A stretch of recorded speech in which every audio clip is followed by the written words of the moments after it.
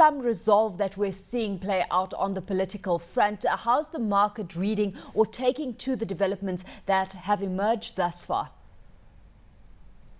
Good morning, Alishia. Yes, the markets are reading it. I think the general view is caution. Caution and just watching how things will play out. Everyone has flogged the issue about the Nigerian market being somewhat cheap right now. At least you can still get quite a few companies at very reasonable prices now. But then the issues of political risk continue to play up, and particularly with the policies of the government.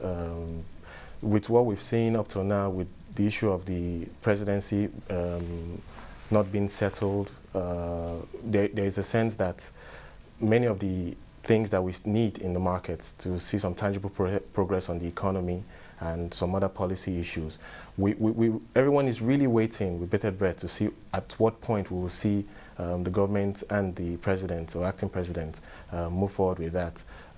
President YarAdua had focused on the Niger Delta, the power sector, and several other things. Up till now, we've seen very little progress beyond the amnesty that was negotiated last year for the Niger Delta. We've seen very little more done. So there is a sense that the whole presidency issue, and should I say a tussle for control of the government, has set the market back and set the country back a bit, and generally the economy as well. Yep, certainly lots of investors agreeing with that sentiment, saying that while there is now value in most of the stocks listed at the NSE, there are still issues of both confidence and liquidity that persist and hinder some of the progress we could be seeing. Of course, we are back to trade today after a public holiday on Friday in the country. What are your broad expectations for the trading week ahead? Well, the traders will come very well rested, but I don't think I don't think much is going to change from the trend we've seen over the last 3 weeks. We've seen the market kind of come into a trading range after hitting its peak in early February, and I don't think that is likely to change until we see the issues that I've mentioned earlier being sorted out, and some tangible progress in reforming the economy, or should I say growing the economy. The regulatory issues in the banking sector, there's still some question marks on that. And really, to put things into context, I've always mentioned the issue of institutional investors having a lot of money on the sidelines. We estimate, for instance, that PFAs have well over 100 billion that they can potentially throw at this market. But they are cautious, and the fact that they're holding back, to me, suggests that everyone is still very, very cautious about the market today. With that caution, though, if we hone in specifically on the banking sector, we are seeing some progress. I mean, despite the appreciable recovery from 52-week lows, the banks in Nigeria still, yes, underperformed emerging market peers on an average of about 30% over the past 1 year. But when considered on a year-to-date basis, I mean, it's already outperformed emerging market peers by 25%. Do you see the banking segment maintaining this kind of outperformance as we move forward, given the context you've just outlined? I think it depends. It really depends. One of the issues that a lot of investors are looking at today is regulatory risk. The central bank governor has already laid out plans to have specialized banks, national banks, international banks, etc. And while that might be positive for the broader economy, I think there is still a question mark as to the fate of the individual banks. For instance, which bank will be a national bank, which bank will be an international bank.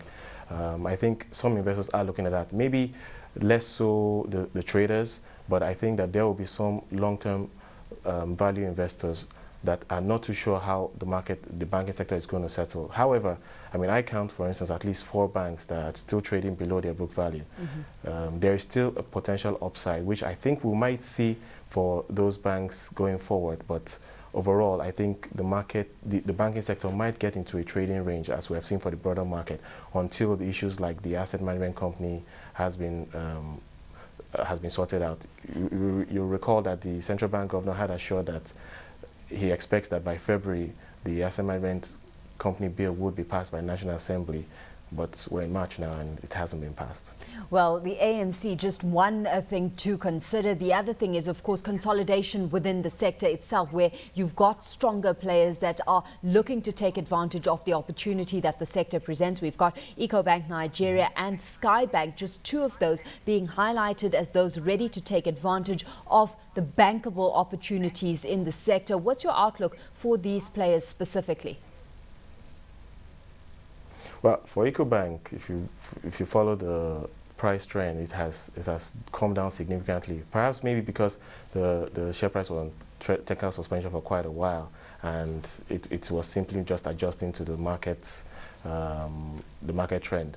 But do I see value in the stock right now? I'm a bit cautious. The third quarter results, which we saw announced last year, were negative, as it was for most of the banks. I think the earnings season that we're going into with the banks, the likes of UBAs, possibly Sky, GTB, etc., announcing full-year results for the year ended December, might set sentiment a bit, especially if we begin to see first quarter results being positive sometime in April, May.